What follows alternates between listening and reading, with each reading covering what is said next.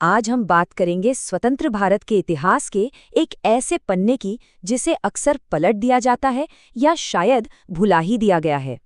ये कहानी है 1 जनवरी 1948 की, एक ऐसा दिन जब देश अपनी नई नई आज़ादी के सपने बुन रहा था। लेकिन ठीक उसी वक्त उसके एक कोने में एक बहुत बड़ी त्रासदी घट रही थी। ये सवाल बहुत जरूरी है। सोचिए, 1 जनवरी का दिन, पूरी दुनिया में नई उम्मीदें, नया जश्न। तो फिर आखिर ऐसा क्या हुआ था कि झारखंड के खरसावा में आज भी इस दिन मातम मनाया जाता है? चलिए आज इसी कहानी की परतों को खोलते हैं। इस घटना की गंभीरता का अंदाजा आप सिर्फ एक बात से लगा सकते हैं।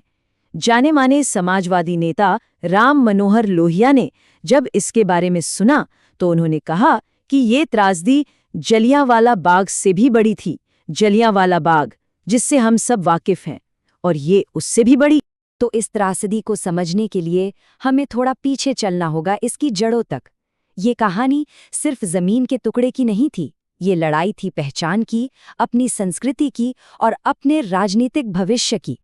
देखिए, उस वक्त माहौल कैसा था। देश आज़ाद हुआ ही था और गृह मंत्री सरदार वल्लभ भाई पटेल 500 से ज्यादा छोटी बड़ी रियासतों को एक करके भारत बना रहे थे। और इसी बहुत बड़ी प्रक्रिया के बीच खरसावा में विवाद की एक चिंगारी सुलग रही थी। तो मामला एकदम सीधा सा था।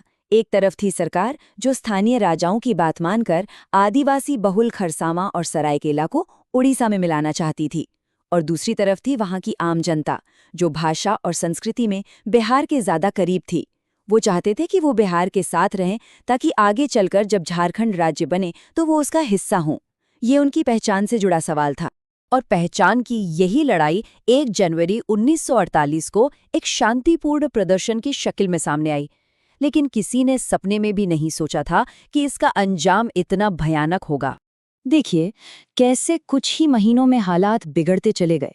अगस्त में देश आज़ाद हुआ, दिसंबर आते आते विलय का फैसला हो गया, और इसके जवाब में उस वक्त के सबसे बड़े आदिवासी नेता जयपाल सिंह मुंडा ने 1 जनवरी को शांतिपूर्ण विरोध के लिए लोगों को बुलाया। और लोग आए अपनी बात कहने के लिए, अपने आवाज सुनाने के लिए। और ये कोई छोटी मोटी भीड़ नहीं थी। एक अनुमान के मुताबिक करीब 50,000 लोग। सोचिए, पुरुष, महिलाएं, बच्चे, दूर दराज के गांव से पूरे के पूरे परिवार पैदल चलकर आए थे। अपनी पीठ पर थोड़ा बहुत खाना पीना लादे, बस अपनी पहचान और अपने भविष्य के लिए आवाज उठाने। और फिर जो हुआ वो दिल दहला देने वाला था। लोग शांति से अपनी नेता जयपाल सिंह मुंडा का इंतजार कर रहे थे, लेकिन दूसरी तरफ मशीन गनों से लैस ओडिशा मिलिट्री पुलिस ने पूरे इलाके को घेर लिया था। और फिर अचानक, बिना किसी चेतावनी के, उस निहत्थे भीड़ पर गोलियों की बौछार शुरू हो गई। कहा जाता है कि लोग कटे हुए पेड़ों की तरह गिर रहे थे, और ये गोलीबारी करीब आधे घंटे तक चली। लेकिन इस कहानी का सबसे हैरान करने वाला और सबसे विवादित पहलू तो अब सामने आता है, मरने वालों की संख्या का रहस्य। एक ऐसा रहस्य जो आज तक अनसुलझा है। आंकड़ों में जमीन आसमान का फर्क देखिए। सरकारी रिपोर्ट, जिसे उस वक्त द स्टेट्समैन जैसे बड़े अखबारों ने भी छापा, कहती है कि सिर्फ 35 लोग मरे। लेकिन आंदोलन के नेता जयपाल सिंह मुंडा का दावा था कि 1000 से ज्यादा लोग मारे गए। वहीं एक लेखक और सांसद पीके देव ने तो अपनी किताब में ये संख्या 2000 से भी ज्यादा बताई है। असली सच क्या है, ये शायद कभी पता नहीं चलेगा। तो सवाल उठता है कि असली संख्या पता क्यों नहीं चली, और इसकी वजहें और भी ज्यादा भयानक हैं। चश्मदीदों के मुताबिक गोलीबारी के फौरन बाद सबूत मिटाने का काम शुरू हो गया। बिहार से जो मेडिकल टीमें मदद के लिए आ रही थीं, उन्हें रोक दिया गया। कहा जाता है कि लाशों को ट्रकों में भरकर या तो पास के एक कुएं में फेंक दिया गया और उसे पाट दिया गया, या फिर उन्हें जंगलों में फेंक दिया गया ताकि जंगली जानवर उन्हें खा जाएं। सच्चाई को दफनाने की हर मुमकिन कोशिश की गई। इतनी बड़ी त्रासदी के बाद क्या हुआ? जाहिर है, इस गोलीकांड ने उस पूरे क्षेत्र की राजनीति और लोगों की यादों पर एक बहुत गहरी छाप छोड़ी, जो आज तक कायम है। इसका सबसे पहला और सीधा असर तो ये हुआ कि जिस विलय के खिलाफ लोग जान देने आए थे, उसे भारी राजनीतिक दबाव में आकर रोकना पड़ा। मतलब, इतनी बड़ी कुर्बानी के बाद प्रदर्शन का जो मुख्य मकसद था, वो पूरा हो गया।